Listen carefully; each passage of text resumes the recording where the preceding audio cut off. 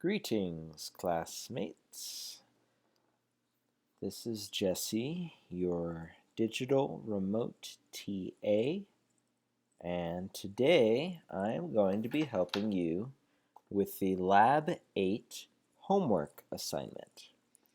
So Lab 8, for those of you that perhaps didn't make it the last week before spring break or still are having some issues with it, is where we try the heads-up method of digitizing. So I'm going to go ahead and just start rolling with the homework assignment portion of Lab 8, though that involves all of the in-class skills that we used during Lab 8. So we are going to be digitizing the management units in the quad for Dead Man Park. And I will be using remote desktop access, Microsoft Remote Desktop for this because I am working off of a Mac computer. Some of you may just have ArcGIS Pro, which is great. And so for those of you who are needing to access the data for the class for Lab 8, Rocky has posted that on Canvas. So if you go into Canvas and log in, and then you find our NR319 course. I'll go into student view so that I see what you see.